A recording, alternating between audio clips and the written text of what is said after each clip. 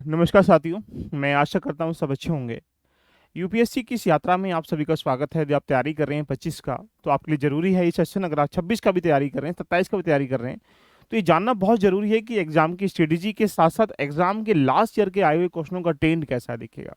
आज हम बात करेंगे यूपीएससी के प्रॉब्लम्स के बारे में। जैसा कि आपको ज्ञात है कि यूपीएससी का जो प्रॉब्लम्स है वो लगभग history, geography, economy, polity, science, environment, ecology यानी कुल मिला के कह सकते हैं 7 से 9 खंडों में मिलकर बना होता है। उन सारे चीज़ों पर जानने के लिए यहाँ पर एक-एक करके आपके सामने सारी स्ट्रेटेजी की एक-एक सब्जेक्ट की स्ट्रेटेजी कैसी होनी चाहिए, यानी आज हम लोग बात करेंगे इकोनॉमी के सापेक्ष में, कि इकोनॉमी के सापेक्ष में किस प्रकार से लास्ट ईयर का ट्रेंड रहा है, क्या इसका सिलेबस रहता है और साथ में इसके रिसोर्स तुम्हें कौन-कौन से फॉलो करने हैं और किस प्रकार से इसको आराम से तैयार किया जाए जो आप इसको अच्छे से रेडी कर सकते हैं। जैसा कि आपको ज्ञात है कि यूपीएससी का जो प्रीलिम्स है, वो आपको ज्ञात है कि यहाँ पर सीएससी यूपीएससी का प्रॉब्लम 2025 का मई में प्रस्तावित है और मई में ही देख लीजिए हो जाए। तो यानी आपके जनवरी से यहाँ पर फॉर्म आ जाएंगे और फरवरी तक आपके फॉर्म भरे जाएंगे। तो आप ये समझ सकते हैं कि एग्जाम्पल बेस पे कि अब जो समय है आपका, अब डेडिकेट होकर प्रॉब्लम्स की तरफ कन्वर्ट होने का समय है। यदि आप 25 देना चाहते हैं तो सबसे पहली जो कड़ी है वो क्या है कि प्रॉब्लम्स क्वालिफाई कैसे करें। इसके लिए हम आपके लिए देखा जाए तो एक बैच लेके आ चुके हैं जहां पर हम लोग आपको दे रहे हैं यूपीएससी प्रलम्स सीएससी का complete combo batch. Combo batch it means मतलब प्रलम्स का स्पेशल बैच है। यहाँ पर प्रलम्स का जीएस कंप्लीट कराई जाएगी, सीसेट कंप्लीट कराएगी। इसमें प्रलम्स कंप्लीट सिलेबस होगा, चाहे सी सेट का है चाहे जीएस का। अगर आपको इंडिविजुअल लेना चाहते हैं तो इंडिविजुअल भी अवेलेबल है। इसके अंतर्गत बेसिक टेस्ट होंगे 20, एडवांस टेस्ट अलग से हैं। यहाँ पर मेंटरशिप दी जाएगी जो प्रॉब्लम्स में आपको बहुत हेल्पफुल होगी। यहाँ पर आपको स्टूडेंट ट्रैकिंग किया जाएगा कि आपका अभी कितना प्रोसेसिंग है, आप कितना और आगे बढ़ना है, आपकी कौन कौन सी कमियां हैं, आपकी कौन कौन सी समस्याएं हैं, देखिएगा। एंड डाउट सेशन होंगे जो कि गूगल मीट के माध्यम से एवरी वीक में, यानी इसमें और बहुत बहुत सारी चीज़ें हम लोग एडवांस करने वाले हैं। इस बैच को हम लोग स्टार्टिंग कर रहे हैं 5 नवंबर से, देख लीजिएगा। कब से स्टार्टिंग कर रहे हैं बोलेंगे सर, इसको 5 नवंबर से हम लोग स्टार्टिंग कर रहे हैं। अगर आपने अभी तक ज्वाइन नहीं किया है, अगर आप ज्वाइन करना चाहते हैं, ये 25 दे रहे हैं एग्जाम, तो 25 के लिए बिल्कुल रामबाण साबित होगा। क्योंकि बहुत जरूरी है कि आप अगर जब नवंबर, दिसंबर, जनवरी और फरवरी तक अगर सिलेबस कंप्लीट कर लेंगे, तो मार्च, अप्रैल जो मई का समय है 3 महीने का, वो पढ़ने का समय नहीं होता है, वो रिवीजन का समय होता है, वो प्रैक्टिस का समय होता है। तो जो गलती आपने लास्ट ईयर की है, अगर आप फर्स्ट टाइम बैठ रहे हैं तो भी इसको आप पार्टिसिपेट करें। आप second time, third time, fourth time अगर जब भी आप लोग यहाँ पार्टिसिपेट कर रहे हैं यूपीएससी प्रीलिम्स में, आप इस ये आपके लिए क्या होगा, लाभकारी होगा। तो ये बहुत जरूरी है। इसकी वजह क्या, इसकी वजह इस लाने का मेन पर्पस ये, अगर आप इसके डाटा को उठा के देखेंगे तो लास्ट ईयर में ट्रेंड अगर देखा जाए तो आपके सामने निकल के आ रहा होगा कि लगभग 2020 में 10 लाख बच्चे बैठे हैं, लेकिन प्रीलिम्स क्वालिफाई कितने कर रहे हैं, ओनली 10,500 के आसपास। यानी आप मान सकते हैं कि 1% के अराउंड ही प्रीलिम्स क्वालिफाई कर रहे हैं। 99% बच्चे वो हैं जो प्रीलिम्स क्वालिफाई नहीं कर पा रहे। तो पहली जो कड़ी है वो सबसे खतरनाक कड़ी होती है प्रीलिम्स क्वालिफाई करना। यदि आप इसका लाभ उठाना चाहते हैं तो आप इसको आज ही एल्ब लर्निंग एप्लीकेशन पे जाइएगा। ये ऐसा इंटरफेस आपको दिखाई देगा, परचेज कोर्स में जाना है, आप इसको ज्वाइन कर सकते हैं। ये सभी बैचेस के लिए, सभी बच्चों के लिए देखा जाए इन्वॉल्व है।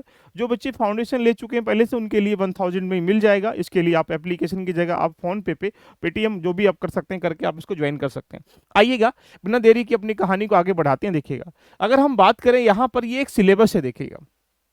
इसमें आपके सामने आपके पास 100 क्वेश्चन है और 100 क्वेश्चन में से देखा जाए तो आपको यहाँ पर 50+ क्वेश्चन ही सही करने हैं। तो यहाँ पर जो आपके सामने करंट अफेयर है या हिस्ट्री है या ज्योग्राफी का पार्ट है, पॉलिटी का पार्ट है, इकोनॉमी का पार्ट है या एनवायरमेंटोलॉजी, साइंस, टेक्नोलॉजी का पार्ट है, और ये जो एरिया है इसमें से आपको 100 क्वेश्चन देखने को मिलेंगे।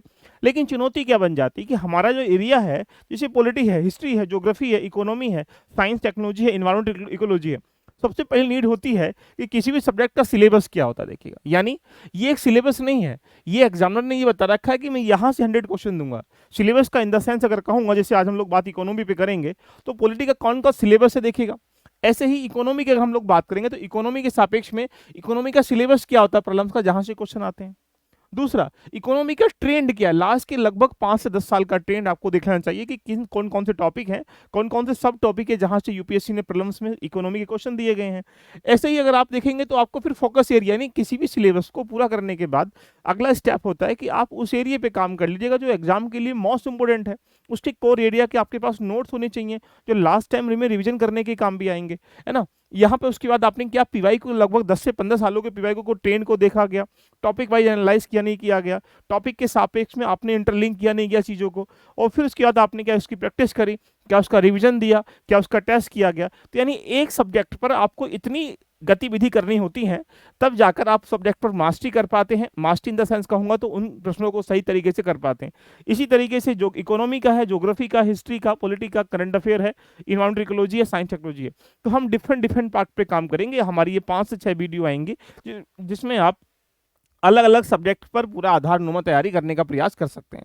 तो आज हम बात करेंगे इकोनॉमी के सापेक्ष में। देखिएगा, अब इकोनॉमी में जितना सिलेबस क्या होता है, इसका ट्रेंड क्या है, लास्ट ईयर के क्वेश्चन कहाँ से कैसे आए हैं, तुम्हें उसको रेडी कैसे करना है, ये सारी बातें हम लोग आज डिस्कशन करने का प्रयास करेंगे, जो आपके लिए बहुत जरूरी बन जाएगा। देखो, अगर हम लास्ट ईयर की बात करें तो इकोनॉमी एक ऐसा सिनेरियो है जहां पर आपके सामने देखा जाए 2019 में 14 क्वेश्चन लेके बैठा हुआ है, 2020 में आप देखेंगे तो यहाँ पर 19 क्वेश्चन लेके बैठा हुआ है, 2021 में आपके पास 13 क्वेश्चन है, 2022 में 16 क्वेश्चन, 2023 में आपके पास 14 क्वेश्चन है, 2024 में आपके पास 15 क्वेश्चन। देखिएगा, यानी अगर आप एक एवरेज लगा लें तो इकोनॉमी का 2 पार्ट होता है, एक स्टैटिक पार्ट मतलब जो थियोरेटिकल पार्ट है, जो कंसेप्चुअल पार्ट है, और एक डायनेमिक पार्ट जो कि करंट अफेयर का पार्ट है, जो एडवांस का पार्ट है। देखिएगा, यहाँ पर ये एरिया अगर मैं देखूंगा तो 15 से लेकर 20 प्रश्नों के आसपास एक एवरेज आता है जहां से इकोनॉमी के क्वेश्चन आते हैं। देखिएगा, इसकी वजह क्या है, अगर आप इकोनॉमी के सापेक्ष में देखेंगे तो इकोनॉमी के अंदर जो क्वेश्चन दिखाई देंगे आपको, वो कई प्रकार के क्वेश्चन दिखाई देंगे।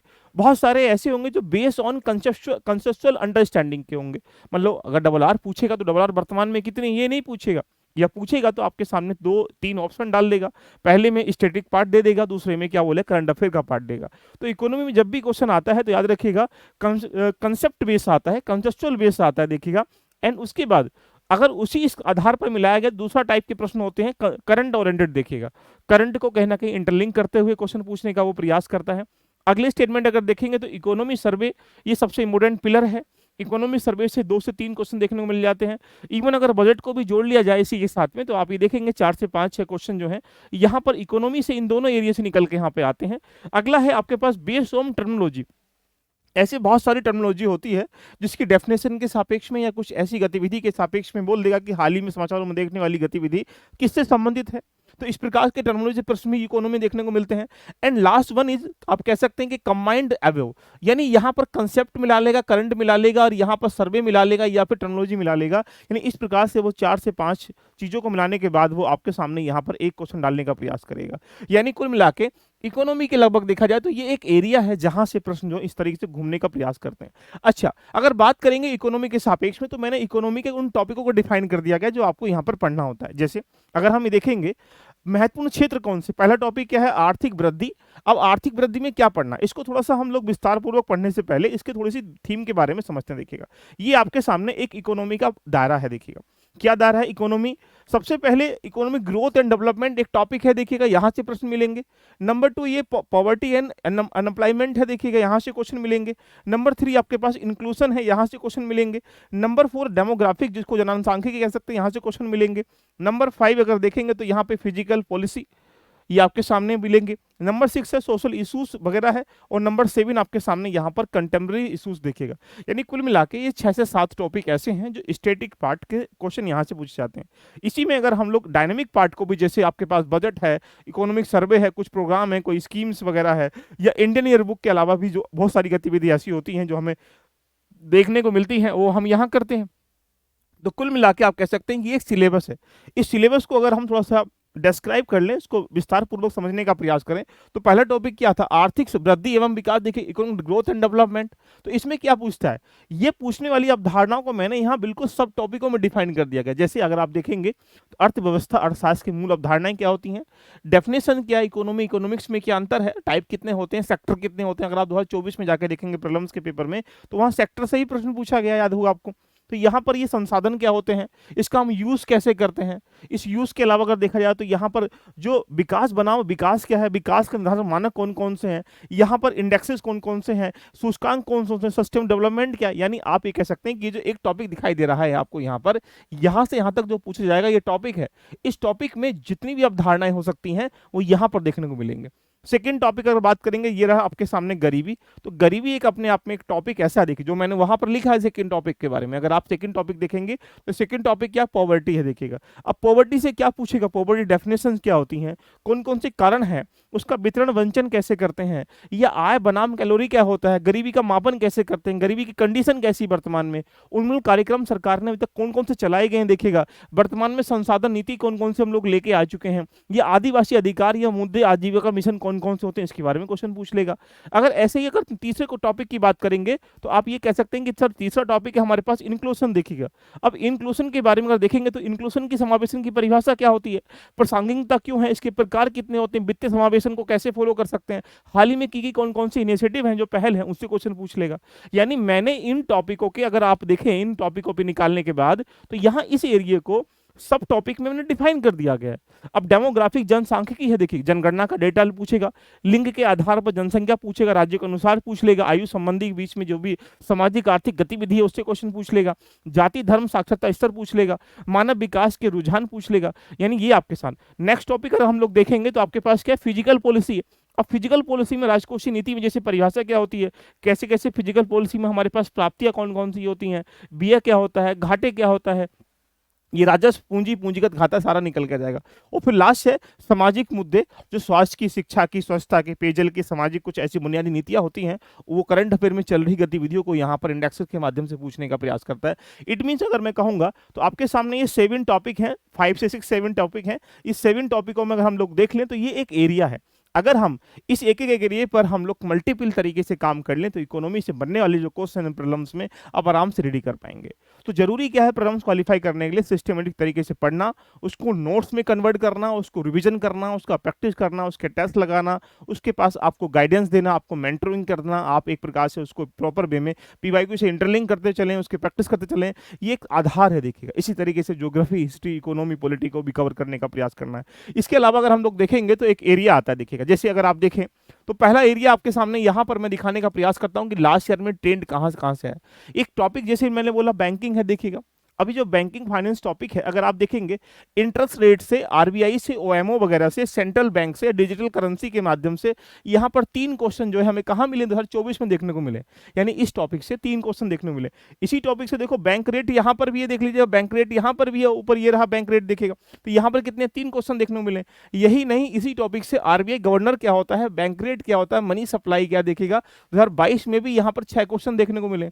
यानी मैंने क्या किया, इन टॉपिकों को और इंटरलिंक करने का प्रयास किया गया। अगर आप देखेंगे नॉन फाइनेंशियल डेप्ट है, ये इंटरेस्ट रेट है, या मॉनेटरी पॉलिसी है, 6 क्वेश्चन देखने को मिले 2021 में, देख लीजिएगा। तो यानी एक जो टॉपिक दिखाई दे रहा है आपको यहाँ पर बैंकिंग फाइनेंस जो है, इस टॉपिक से 2024 में भी आपके पास यहाँ पर 3 क्वेश्चन है, आपके पास 2023 में 3 क्वेश्चन है, 2022 में जाएंगे तो 6 क्वेश्चन है, 2021 में जाएंगे तो 6 क्वेश्चन आपको देखने को मिल रहे हैं। यही नहीं, अगर टॉपिक को थोड़ा सा और डीप में लेके जाने का प्रयास करेंगे तो यह second topic BOP, balance of payment क्या होता है, करेंसी एक्सचेंज, जैसे इंपोर्ट एक्सपोर्ट करते हैं उसके बारे में आपसे पूछ रहा है। अगर 2023 में देखेंगे, देखो इंडिया एक्सपोर्ट कितना था, 1 क्वेश्चन पूछा गया। नियर और रियर क्या होता है इकोनॉमिक्स में, या ई कॉमर्स क्या होता है, देखिएगा। इसमें 4 क्वेश्चन 2023 में क्वेश्चन पूछा गया। अच्छा, एफडीआई क्या होता है, या करेंसी क्या होती है, देखो यही चीजें यही लगातार पूछ रहा है। आपके सामने 2 क्वेश्चन मिल रहे हैं। अगर हम 2021 में देखेंगे, इंडिया एक्सटर्नल करेंसी या क्राइसिस क्या है, 5 क्वेश्चन देखने को मिले। यही नहीं, अगर हम लोग यहाँ पर और विस्तार पूर्वक देखें तो जीडीपी इन्फ्लेशन का जो एक आधार है, 2020 में आपके पास 2 क्वेश्चन, 24 में 2 क्वेश्चन है, 2023 में आपके पास 2 क्वेश्चन है, 2022 में आपके पास 1 क्वेश्चन है, 2021 में आपके पास 2 क्वेश्चन, देख लीजिएगा। तो एग्जाम्पल बेस पे हम यहाँ कहने का प्रयास ये करते हैं कि 1 या 2 क्वेश्चन आपके सामने यहाँ पर देखने को मिल रहे हैं, देखिए। तो यानी कुल मिला के मैं ये कह सकता हूँ कि ये आपका आधार है। इंटरनेशनल जो इकोनॉमी ऑर्गेनाइजेशन वगैरह हैं, जो संगठन है, WHO है या WTO है, या बाकी जितने भी UN वगैरह के बैठे हुए हैं, ब्रिक्स है, इन सब से देखा जाए 24 में 1 क्वेश्चन देखने को मिल रहा है, 22 में 2 क्वेश्चन है, 23 में 2 क्वेश्चन है, 22 में 3 क्वेश्चन है, 21 में 2 क्वेश्चन है। यानी आप इस टॉपिक को रेडी कर लेंगे तो 1 या 2 क्वेश्चन एवरी ईयर यहाँ देखने को मिलता है। यही नहीं, अगर आप यहाँ पर फाइनेंशियल मार्केट की तरफ जाते हैं, कैपिटल मार्केट है, फाइनेंशियल मार्केट है, या स्टॉक एक्सचेंज है, 24 में आपके पास 1 क्वेश्चन है, 23 में आपके पास 2 क्वेश्चन है, 22 में 1 क्वेश्चन देखिएगा। तो ये वो एरिया है जो आपको यहाँ डिफाइन कर सकते हैं। इस एरिया को मैंने और एक्सप्लेन किया गया, देखिएगा। और एक्सप्लेन कैसे किया गया, जैसे इकोनॉमिक ग्रोथ एंड डेवलपमेंट है, तो इसमें ये एरिया है जो आपको कवर करना है, देख लीजिए। जैसे आपको बेसिक कंसेप्ट पढ़ना है, डेफिनेशन ऑफ इकोनॉमी क्या होती है, यूज कैसे करते हैं, ट्रांसफर ऑफ इको रिसोर्स कैसे करते हैं, डिस्ट्रीब्यूशन इफेक्ट क्या होता है ना, micro and macro economy policy क्या होती है, मैक्रो माइक्रो बैलेंस कैसे करते हैं, डिस्ट्रीब्यूटिंग इम्पैक्ट इकोनॉमी पॉलिसी कौन कौन सी होती हैं। इसी सेकंड टॉपिक में पॉवर्टी है, तो पॉवर्टी को मैं क्या देखना है, ये सारी चीजें आपके सामने यहाँ पर निकल के आ रही हैं। तो इकोनॉमी एक ऐसा विषय है जहां पर आप स्टैटिक के साथ में करंट को लिंक करते हुए रेडी कर सकते हैं। तो दोस्तों इसकी पीडीएफ में लिंक नीचे टेलीग्राम में लिंक दिया गया है, वहां पर आपको मैं दे दूंगा। और आप के साथ यहाँ पर इस साथ जो इकोनॉमी का एक एरिया है उसे हम लोग यहाँ पर 1 to 1 करके रेडी करेंगे। इसके लिए अगर आप देखेंगे तो क्लास नंबर 10 से लेकर 12 की एनसीईआरटी बहुत इंपॉर्टेंट है। रमेश कुमार बुक है या संजीव वर्मा किताब है, इसको फॉलो कर सकते हैं। बजट तो आपको पढ़ना ही है, इकोनॉमिक सर्वे भी आपको पढ़ना है, देखिएगा पीआईबी रिपोर्ट भी आपको पढ़ना है, न्यूज़पेपर भी पढ़ना है, एआरसी रिपोर्ट भी पढ़ना है। ये एक रिसोर्स है जो इकोनॉमी के सापेक्ष में आपको फॉलो करने होते हैं। यदि आप इस बैच में जुड़ जाते हैं तो आपको ये रिसोर्स तो मिलेंगे ही मिलेंगे। इस रिसोर्स के साथ यहाँ पर इंटरलिंक करके आपको कंसाइज वे में क्लास भी मिलेगी, आपको यहाँ पर नोट्स भी मिल जाएंगे। तो यानी अगर आप 2025 का एग्जाम दे रहे हैं तो बिना देरी किए गए आपके लिए यहाँ पर 1 to 1 करके इकोनॉमी जैसे मैंने डिस्कशन किया गया, टॉपिकों के सापेक्ष में इंटरलिंक करके करने का प्रयास किया गया, ये एक आधार है। अब मान लीजिएगा आप यहाँ पे क्या पढ़ेंगे, गरीबी पढ़ेंगे, तो गरीबी पढ़ने से पहले परिभाषा क्या होती है, कारण क्या होते हैं, वितरण वंचन क्या होता है, आय बनाम कैलोरी क्या होती है, गरीबी का मापन कैसे करते हैं, गरीबी स्थिति क्या, यानी आपने सारी सिचुएशन फॉलो कर ली। अब जब आप प्रश्न लगाएंगे लास्ट ईयर के भी, एडवांस क्वेश्चन भी, तो ऑटोमेटिकली बनते हुए चले जाएंगे। इट मीन्स मतलब यहाँ पर हमने जो लेटेस्ट की घटनाएं हो रही हैं या योजनाएं हैं, इनिशिएटिव प्रोग्राम है, कुछ ऐसे आधार स्टार्टिंग किया सरकार ने, उसको भी लिंक कर लेंगे। तो इससे क्या हो जाएगा कि आपका एक टॉपिक रेडी हो चुका है, इससे बनने से एक टॉपिक ये है, एक टॉपिक ये है, एक टॉपिक ये, इन टॉपिकों के सब टॉपिक हम लोगों ने डिफाइन कर लिए गए। तो आपको उस ले पर चलना, उस रास्ते पर चलना है कि अच्छा हमने कैलोरी नहीं समझा अभी क्या होती है, समावेशन नहीं समझा क्या होती है, तो ये एक इंटरलिंक करने की क्या है आपके साथ आदत होनी चाहिए, राइट। तो दोस्तों देरी किस बात की, अगर आप हमारे साथ जुड़कर जर्नी रेडी करना चाहते हैं तो मेन टारगेट क्या है कि हमारा इन सब पर हम कवर करेंगे, सी साइड भी इसमें कवर करेंगे। तो जाइएगा आज ही जाकर अपनी जर्नी को यहाँ पर रेडी कर सकते हैं। ये बैच 5 नवंबर से हम स्टार्टिंग कर रहे हैं, बिल्कुल बेसिक से एडवांस तक चलेगा, 3 से 3.5 महीने क्लास चलेगी इसकी आराम आराम से। तो मेन मेरा टारगेट सिर्फ इतना रहेगा कि इकोनॉमी हो, हिस्ट्री हो, ज्योग्राफी हो, पॉलिटी हो, ये सारा एरिया आपको बिल्कुल बेसिक से एडवांस तक मिलता चला जाएगा। जो आप 25 के लिए अगर तैयारी कर रहे हैं तो बिल्कुल भी भूल ना करें। अपने सपने को पूरा करने के लिए आपको अंतिम समय में अपने कर्मों की आहुति लगानी ही पड़ेगी, उसके लिए रास्ता तय होना चाहिए। रास्ता अगर बेस्ट होगा आप सफलता प्राप्त कर पाएंगे। तो कैसी लगी क्लास एक बार कमेंट करके मुझे बताइएगा। इसी तरीके से हम बाकी सब्जेक्ट पर भी हम डिटेल डिस्कशन करेंगे और इसको 5 नवंबर से स्टार्टिंग कर रहे हैं। यहाँ पर आपको बिगेस्ट डिस्काउंट मिल रहा है, ओनली 1500 रुपीज़ में कंप्लीट यूपीएससी का प्रीलिम्स का 3.5-4 महीने क्लासेस आपको मिलेंगी, जहाँ पर हम कंप्लीट सिलेबस को यहाँ पर कवर करेंगे। ठीक है, all the best, love you all of you, bye bye, take care.